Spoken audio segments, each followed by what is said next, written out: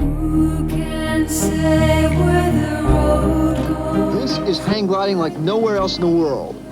These pilots in Hawaii are on the extreme edge of their sport, because for 11 hang gliders, their flight off of Makapu was their very last.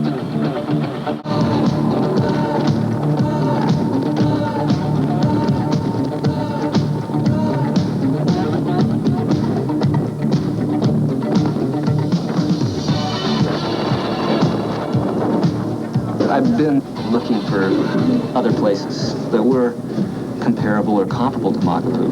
I was in Africa, South Africa, and found places that did have high cliffs, but the wind just wasn't consistent.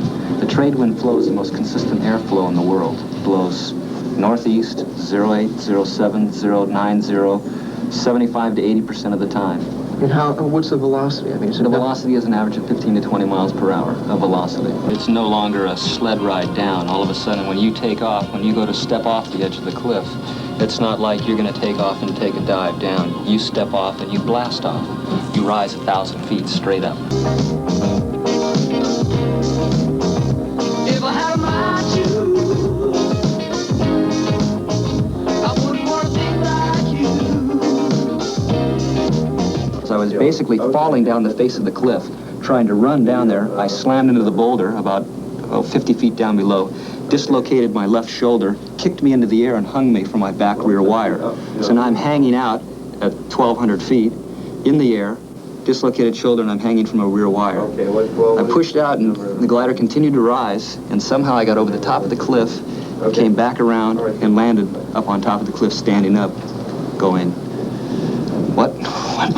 what happened? And there was no reason, no explainable reason that I can feel how I got back up on top. It felt like somebody reached me, picked me up and lifted me back up on top, because I was very low and I bounced into the air and I was hanging. I had no control of the glider other than what my mind was thinking that I wanted it to do. Since it is very easy to get into, easy to learn, it's also very easy to kill yourself.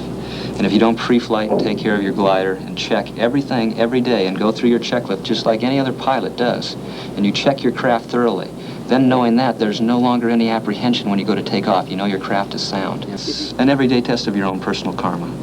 You step into the air, you've lost your body. You only have a mind to react to the wind and to God. And he either makes love to you or he spanks you like a child. And that's, kind of where it's all at. You're 28, right? Think you'll live to be 33? I don't think I'll ever die.